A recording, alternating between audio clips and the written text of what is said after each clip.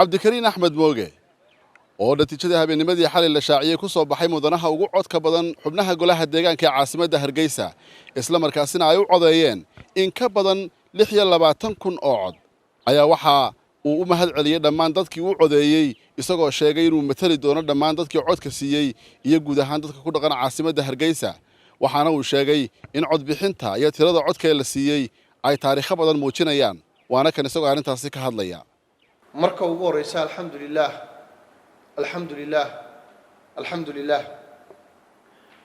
guushani waa guul xagga rabbi ka timi waa hiil shacab waa hiil Hargeysa waa midnimo ummadeed waa shacabkii oo tuuray heeridii qabyaaladda waa guul la wada leeyahay oo la kala lahayn waa guul la wada leeyahay oo ay wada leeyihiin reer Hargeysa oo dhan waa guul la wada leeyahay oo ay wada leeyihiin reer Soomaaliland oo dhan qaar idin ka mid waxa uu soo gasheen safar dhaadheer ina guushan keentaan waxa ka timaadeen magaalooyin fara badan oo Soomaaliland ku yaala iyo qurbaha waa maadsantiin qaar kale oo idin ka midina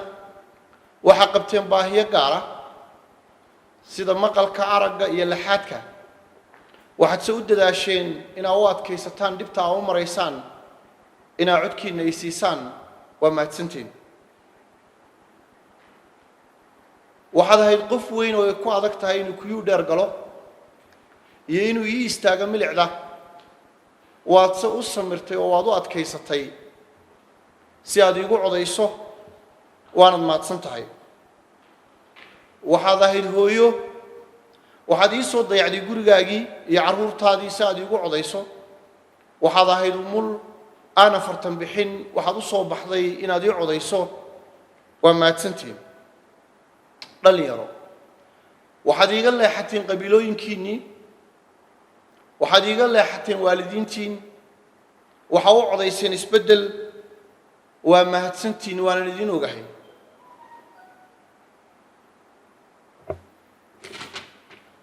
guushani waa dhammaadkii nin kasta oo siyaasi ku ah qabiilka iyo kolba intuu qof aynaan garanaynin dhex yimaado inuu tolaa ay yidhaahdo oo kursiga iska fuulo waxa sidoo kale ay soo gabagabaysay guushani in oday dambe uu go'aan ka gaaro musharaxaaga ama qofka ummadan isu soo sharaxaya shacab yahow waxaad jabiseen gidaaraad weyn oo ummadan ka hor taagnaa inay u soo baxaan hogaamiyaal wanaagsan oo nolol samayn kara maanta sida aad u codayseen waxay furaysaa jid cusub oo loo mari doono kuraasta qaranka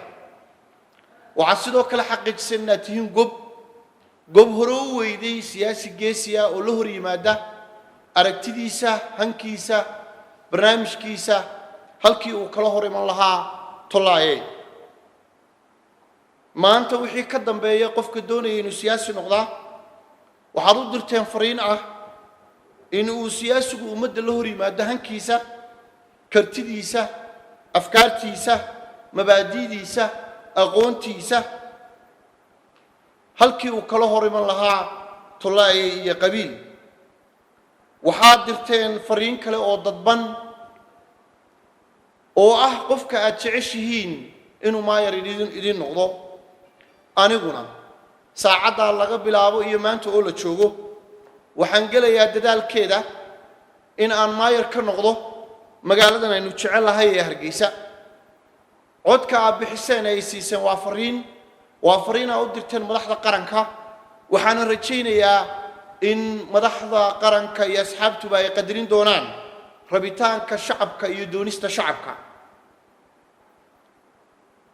waan ogahay in taageeradiina iyo codka ay siiseen ee dhan 26,299 cod inuu ugu yahay xujo weyn waan ogahay waxaad iga filaysaan ilaahay ayaan ka baryayaa inuu igu asturo waan idin jecelahay qabiilka doonto ahow xaafadda doontana deganow aniga ayaa ku matali doona aniga ayaa baahidaada ka hadli doona aniga ayaa noqon doona hiilkaaga aniga oo ka jawaabaya inaad ii hiilisay 31 May anigana iga filo 5 sano soo socota inaan hiilkaaga ahaado waxaan ahay mudane golo deegaan maanta oo huwan codkii ugu faraha badnaa ee dadka reer Hargeysa iyo reer Somaliland ba ay bixiyaan sida la ajligeed waxaan ahay mudane qaran waxaan mudane u ahay ummadda Somaliland oo dhan iyo gaar ahaan reer Hargeysa mana noqon doono mudane ku suntan qabiil gaar ah xaafad gaar ah iyo koox gaar ah rumaynta rajada shacabku waxay ahayd astaanteennii ololaha waxaana iga go'an inaan ka dhabeeyo oo aan rumeeyo riyooyinkiina iyo rajadiinaba waxaan sidoo kale qof kasta oo maanta go'aanaya ama tabanaya in xaafadiisa aan u soo bixin mudane inaan u ahay mudane matalaya isaga waxaynu kor yeeli doonaa sinaanta waxaynu kor yeeli doonaa wada noolaanshaha waxaynu kor yeeli doonaa reer Hargeysanimada waxaynu soo afjari doonaa oo halgankeedii sii wadi doonaa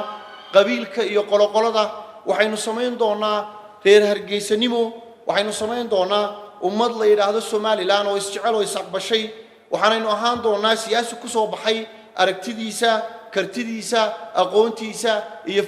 barnaamijkii uu ummadda loo hortagay ilaahay ayaa mahad leh shacabkayga ii hiiliyay baan u mahadnaqayaa waxaan rajaynayaa insha Allah ta'ala talaabada tan xigta inaynu ku guuleysano inaynu noqono maayarka magaaladan aad jeceshiin aan jecelahay si markaasi aan u rumeeyo riyadayda si aan u rumeeyo barnaamijkii aan soo qortay si aan u bedelo Hargeysa oo aan uga dhigo magaalo wanaagsan bilicsan cagaaran nidaamsan oo nadiif ah